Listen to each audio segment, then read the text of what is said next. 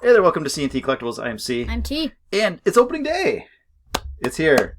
We've got some predictions here, so we're just going to have some fun with this. We're going to go through very quickly the AL and NL Cy Young Awards, Rookie of the Year, then Cy Young, MVPs, and then the division or the league champions and the World Series. And maybe at the end of the year, we'll review this and see how we did. And if it's really bad, then we'll just delete this and we'll never speak of this again. How's that sound?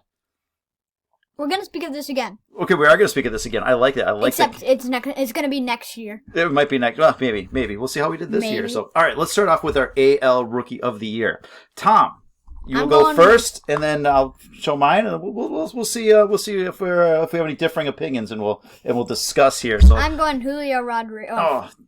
Yeah, it's Rodriguez. Yeah, he looks terrific. He's got a 1200 OPS in spring training. This is the real deal, and he is called up and starting on opening day. This could be a big lift to the Mariners. However, there's another player in the league that's right there with him. And that's Julio Rodriguez. Yeah, okay, all right. So I think we're on the same page on that one there. Bobby Witt is a player that will be in the mix for Rookie of the Year. He's got an opening day gig as well for Kansas City, and in spring training, his stats are identical-ish. They both have a 1200 OPS. Haven't really looked past that, but a couple of terrific players. It would be nice if we spread ourselves out just a little bit, so one of us could be right. But hey, maybe we're both right on that one. Putting all our eggs in one basket, I like it. But if we're not both right, we're both wrong. Correct. All right. Hopefully you get one of these right. Right. NL Rookie of the Year. So if your boy Tatis is hurt, what do? You just say CJ Abrams. You take CJ Abrams. So I don't think he's got the starting gig or anything right now, but you've covered your bases. If it can't be Tatis, you're going down swinging. I like it.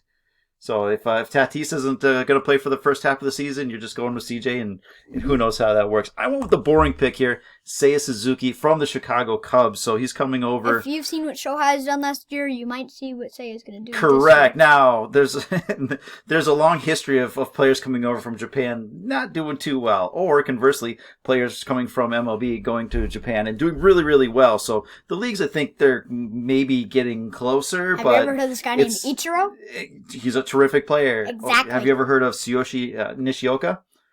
Exactly. So he's got some seasoning. This could be top 20-ish outfielder type, maybe even top 10 if everything comes together for him. So I'm just going to go with the safer pick on that one. All right, let's talk about some of our Cy Young Award winners, and we'll start it off over in the AL.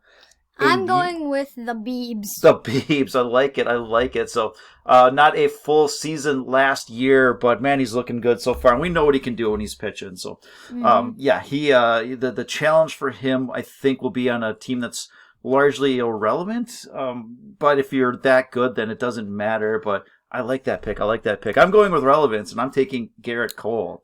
He was in the race last year, right up until the end, until Robbie Ray came away with it. Robbie Ray outpitched his metrics, what he's done historically by a wide margin. That walk rate dropped from like 6 or 7 walks per game down to like 2. He had a 90% left on base, so it really took someone doing something special to beat out Garrett Cole for the Cy Young, and maybe that happens again. But I'm just going to have to go with the guy that is kind of at that upper tier level just by doing what he does. He didn't do anything super crazy last year, and he darn near got the thing. So I think this is his year. All right, what do you think? I like it. We're mixing it up a little bit here. One of us is going to look good here. So, all right, NL Cy Young Award winner. You're going for the repeat. Mm-hmm. Why do you like Corbin Burns?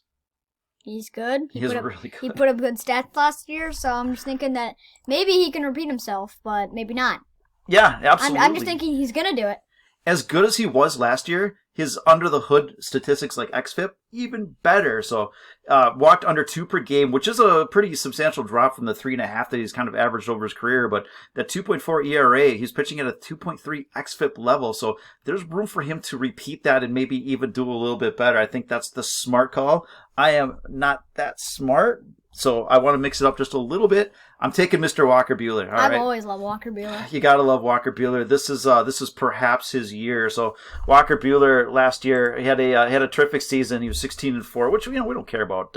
I like a lot of players on the Dodgers, but I don't really care for the Dodgers. So what's going to get me here is he's got like a 9 Ks per 9 with a 2.2 base on ball. So nothing it's really, really good, but nothing like that top tier cream, elite, cream of the crop type thing.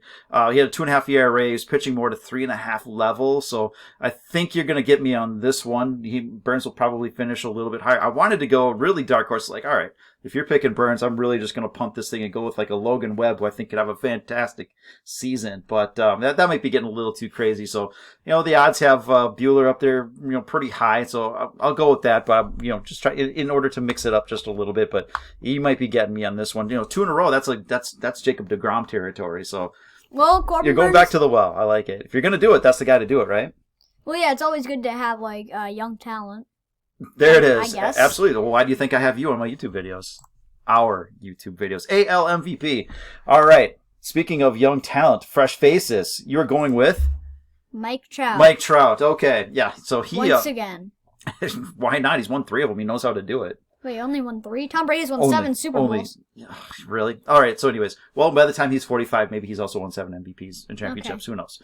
All right. Mike Trout last year got off to the best start of his career. Certainly, we know what he can do. It's certainly in him. The projections have him at an MVP level, and it's tough to argue. And I don't disagree with that one at all. I like it. This guy... Vlad? Right there last year, arguably the MVP. Shohei Ohtani did 2 things really, really well. But if you take one thing and do it, Vladdy's like the best at one thing. So I mean, he's the son of a Hall of Famer. Yeah, but like, how much times did he win a World Series MVP?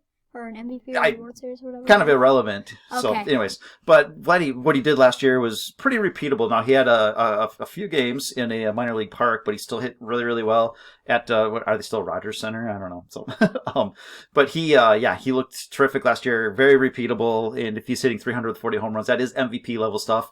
This guy, what if he hits 45 or 50 homers? I don't know. We'll see how it goes. They might both do that. They're right there. Those are two pretty solid picks. It's tough to argue against either of them. All right, let's go on to they both have great the NL MVP.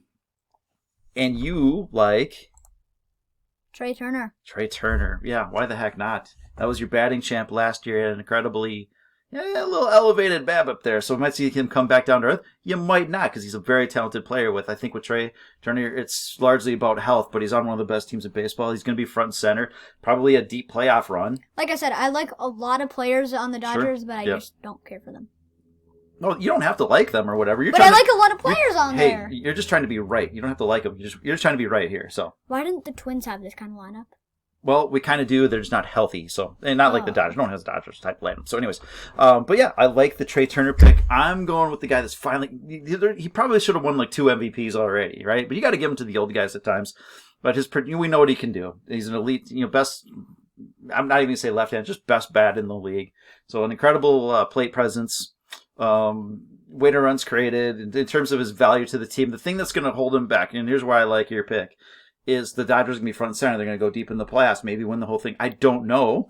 But Juan Soto's going to be on a team that's going to be irrelevant for a large part of the season. So he's going to have to be extremely good to blow away the competition and get that MVP award. So he's going to get a couple, and I think this is the year he nabs his first one here. All right.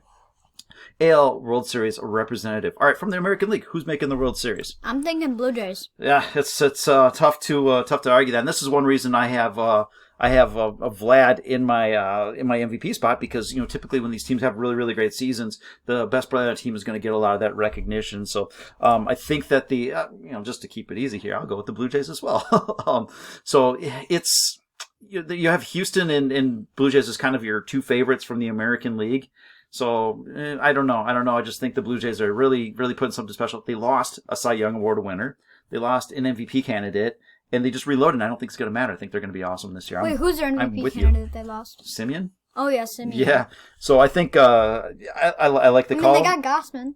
They did. That's what I'm saying. They're reloading. And so I like the call, and I am right there with you. From the NL, who are you going with? I'm going to go Dodgers. You're going to go Dodgers. All right. Well, it's the way that they put together a team, it's tough to argue with that. And I won't argue with that. I will also go with the Dodgers, the odds-on favorite to make the World Series from the National League. All right. Who's winning the thing?